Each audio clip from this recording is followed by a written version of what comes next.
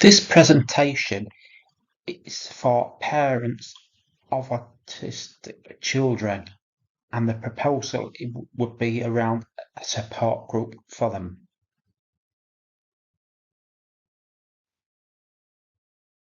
This presentation is about a proposal for setting up a support group for parents of autistic children.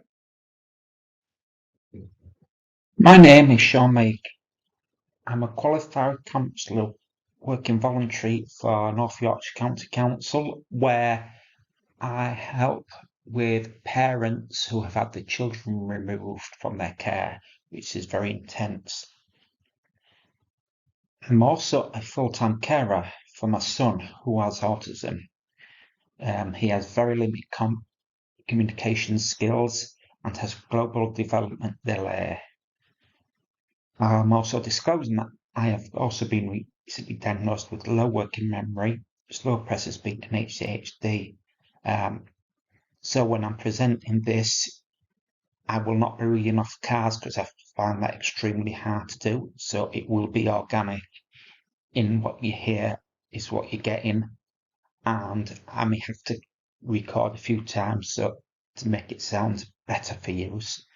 The reason I chose the title of Support Group for Parents of Children with Autism is that I have personal, obviously with my son, but also professional experience of autism as I was working for National Autistic Society in York, and I was their branch officer, so I was organising everything in the York area. So I have a good overview of the services that are and are not available for parents in this area, which I've also looked into is very similar nationally. So that's the reason I chose this topic, because it is quite personal to me, and I hope you enjoy. Thank you for listening. So what type of group for the parents of autistic children? So the choice would be a therapeutic group, which is a closed group, which means be invited into that group, or mean the invitation be allowing them to have a certain amount of time over a period of time, but they're expected to turn up for that. It's quite a commitment. Whereas a parents access support group is an open group, which means you don't have to be invited. You can just turn up whenever their day is for that access to it. And it means as long as that's going on, you can either drop in, drop out, and have that ability for autonomy. The reason a support group around the therapeutic group is that parents of autistic children tend to find that it's hard to commit to anything because the world sort of like revolves around the child, because it's very structured, very team based. So the days are very much planned for them. So getting that time to be able to access anything can be extremely hard. So, allowing this support group allows them the opportunity, if they've got the time, to actually drop in, and then dropping in to the support group can actually be quite beneficial because it can help them feel that they're part of a social network, part of a community, as you would say, because it can be quite isolating being a parent of an autistic child. And think about the support group is it can also offer coping strategies. It can also ability to signpost, and the social engagement and emotional support, as well as being able to speak or be listened to. Amazing thing that being listened to and being able to offload, it's fantastic. Only downside about having a open group is that sometimes it's the numbers. Basically, if people start dropping out, the support group can get less and less people involved, and that can mean that people in that group find it harder to engage, because then it can get down to such low numbers they feel like they need to drop out, and it can actually stop having that group because lack of attendances. But I feel that the benefits outweigh the negative aspects, because it's about having parents having that opportunity to be part of a support group, and that it gives them total autonomy and being part of a network.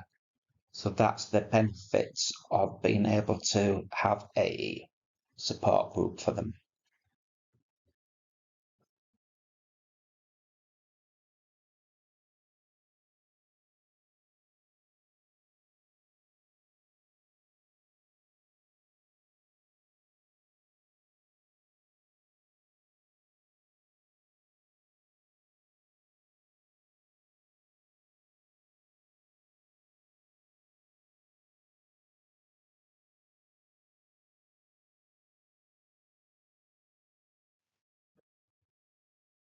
The therapeutic approach and running of the group. So the support group will be a hybrid support group. So it'll be either in person as well as online.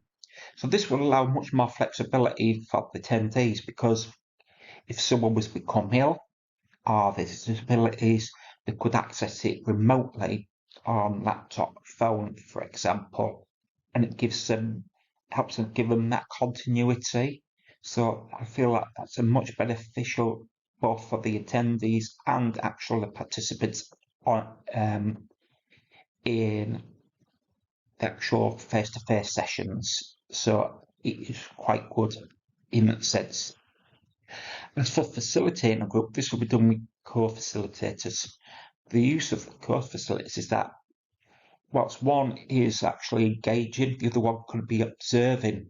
So if anyone sort of like is getting distressed, they're able to attend to them, and the other one can still continue. It also has the benefit of that one facilitator can be actually trained in a specific approach compared to the one. So, for example, one could be trained in CBT specifically, and whilst the other one might be trained in transactional analysis. So, you've got two different styles which could be really good together from each of them. So, you get different perspectives that way.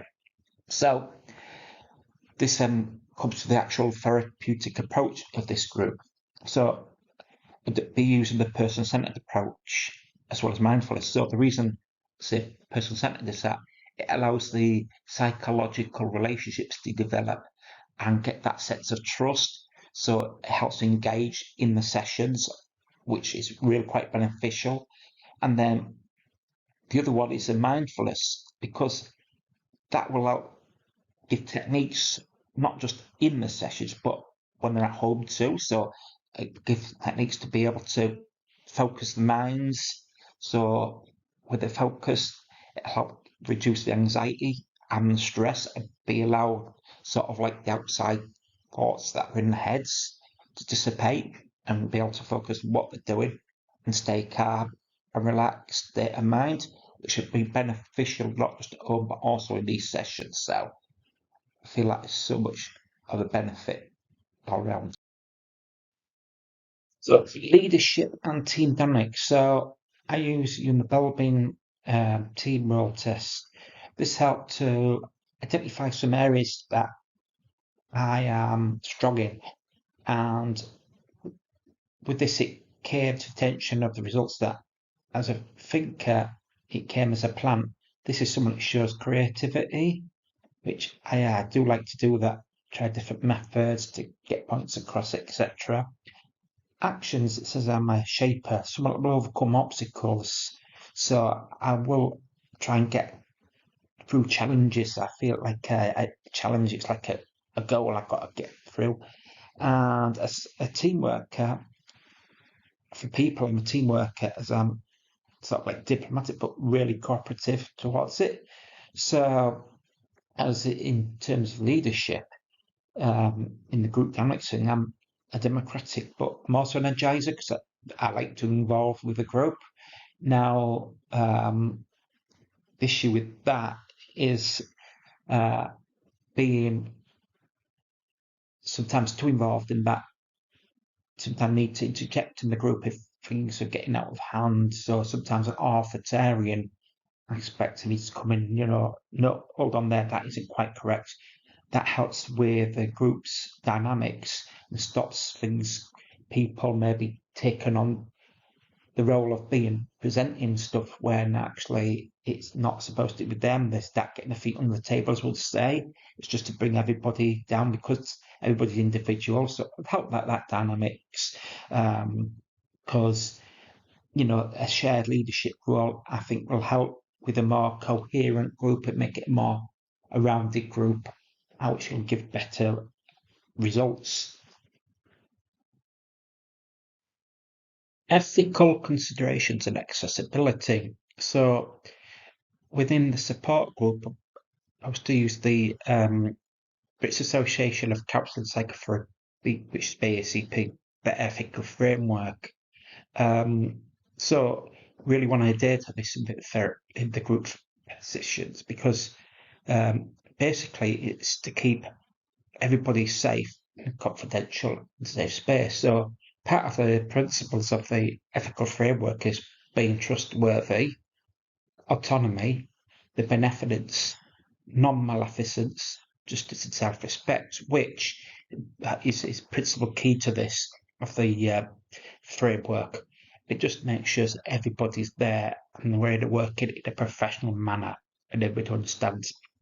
Next part is having a contract so that everybody has a understanding and expectations what is going on in the session. So it includes stuff like the dates, the times, the ability to cancel, how long you expect to cancel, termination on either part. So that contract that's just a simplification of it. And then on top of that, I've got the parts of Equality and Disability Act. So it makes sure that nobody's discriminated against. And this comes into part of the accessibility as well as the ethics, because if holding it, for the example, in a building from part of a children's centre, for example, is there an accessible part to the building? Is there ramps? Is there disabled parking? The ramps close to the door. Is the door got a sensor that opens for them? Is there a lift in case it's upstairs? All these have to be understood so that people with disabilities can access it. Then we've got to remember there's also the issue, is it noisy? Is there too much lights? Because there may be people that have sensory issues. That's another thing to be considerate about. And then, as I touched upon earlier, is actually when we're in a session with having co-facilitators, is that if anybody does become distressed, that they're able to the other person can actually go and help with them. And if there's a safe space, another room, for example, either they can go there themselves or the other person could go and help them if they're distressed. Also got to consider if anyone's online to make sure that they're also included. It's very hard sometimes to understand that you can be engrossed in the physical aspect, whereas someone's online, it can be left on side. So it's making sure that the other person that's co-facility can keep a check and keep involved. And if that person that's online becomes distressed, that they're able to either message through a chat, for example, to the facilitator, or to switch off the sound and the camera just to set themselves down. So these are all types of considerations and accessibility for anybody wanting to be part of a support group. So I think that is very important. Culture, difference and diversity. this is a very important part of everything because it ties in quite a lot with the equality and disabilities, because it's part of being able to access institutions, whether it's school, hospitals, etc. The actual discrimination 2010 states that sexuality, age, disability, race, religion should not happen in any way. It's actually part of the law. So within a group setting, it's actively encouraged that anybody can take part of it. So whether you come from a different country, whether you're disabled, etc., it should be inclusive. So if someone's from a different culture, take that into account, understand the backgrounds, where they come from. Again, it could be that someone's deaf. You may need then to have it can be sign language to be able to access it. So it's a very important part of this. So the facilitators need to be aware of this and make sure that the group dynamics encompasses all the diversity, the cultures, to make it a much more harmonious environment, and everybody's included. No exclusions whatsoever. Inclusion based on not who or what you come from, but who you are. It doesn't matter about your sexuality, etc. You're part of the group. Summary. So one aspect is research and planning. So it's knowing the identification who the support is for. So it could be anything from OCD to depression, etc. Who you're identifying. What type of support group are you going to do? Is it going to be a support group, I've just said, or is it going to be a therapeutic group? Because one be inclusive, one will be exclusive. Because if you're going to be therapeutic, you're going to be exclusive because it's invite. Or if you're going to, which is sort of like a closed group, is if you're doing a support group, that's going to be exclusive. You don't need to be invited, so it's open, it's inclusive. And so that's where people access it. So will it in time with any services? So for example, if it's the autism one, will it tie with the National Autistic Society? Will it also tie with any educational settings or the city council? Or is it a combination of multi-agency? That's something to look into as well. Accessibility. If it's going to be in person, you have to have a physical building, obviously, which where the institution service come in for the location, so people can get there by car, bus, bike, etc. It's able for people that have got disabilities. Is it accessible for people in rural areas? Is it in town, out of town? These are all considerations. As I say, it's inclusive, exclusive, which ties in earlier with the type of support group. And then also on about the ethical framework, etc. That ties in ethics and morals, because morally and ethically, it should be open to as many people as possible, not exclude anybody. As I say, I will probably have missed one or 2 points, but I think I've captured the majority of the bigger topics that is needed. So I thank you for listening to this presentation. It means a lot to me. Thank you very much for listening.